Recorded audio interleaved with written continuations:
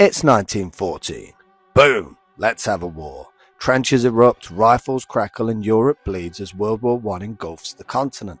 But how did this unthinkable tragedy explode? What ignited the powder keg of Europe in 1914? Buckle up, GCSE history students, because today we're cracking the code of the four main reasons of World War I: militarism, imperialism, alliances, and nationalism, as well as the main spark that set it all off. Get ready to revise like never before. Fuse 1. Militarism. Imagine Europe as a boxing ring, not for athletes but for nations, each country puffing out its chest, showcasing its military might, a dangerous game called militarism. Germany's shiny new navy and its dreadnoughts challenged Britain's rule of the waves. France and Russia flexed their muscles on land. It was like a contest of who could build the biggest, baddest army and navy.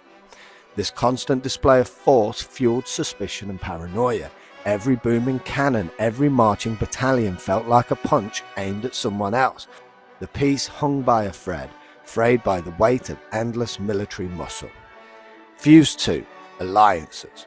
Now imagine these nations weren't alone. They had formed intricate alliances, promising to back each other up in a brawl. France, Russia and Britain formed the Triple Entente, ready to defend each other's backs. On the other side, Germany, Austria-Hungary and Italy stood as the Triple Alliance, a tangled web of military commitments. These alliances were supposed to be peacekeepers, like burly bouncers at a party, but guess what?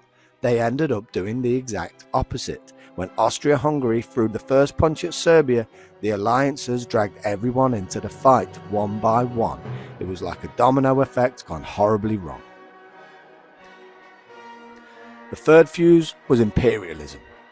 Europe was consumed by a burning desire for power and wealth. Nations scrambled for colonies around the world like hungry lions fighting over a gazelle. They carved up Africa and Asia, planting their flags on distant lands. This ruthless competition for land and resources created a cauldron of resentment and anger. Every colony stolen felt like a slap in the face to another nation. The world map became a canvas painted with envy and greed, ready to ignite. The final fuse is nationalism. Imagine all these simmering tensions fueled by a powerful force, the love of your nation. Each nation held its head high, boasting its unique culture, language and identity. This wasn't always bad. It fostered unity and belonging, but when pushed to extremes, it turned into a volatile cocktail. Take Serbia, for example.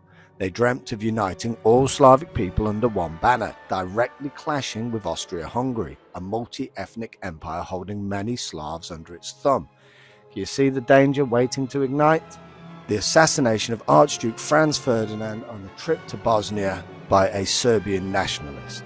This event was like throwing a lit match into a pile of dry tinder. Austria-Hungary, fueled by nationalism and backed by its allies, issued Serbia an impossible ultimatum. And boom, World War I exploded, engulfing Europe into a devastating inferno. Remember, use key details, use key dates, be as precise as you can with your writing, and you will be a grade 9 wonder.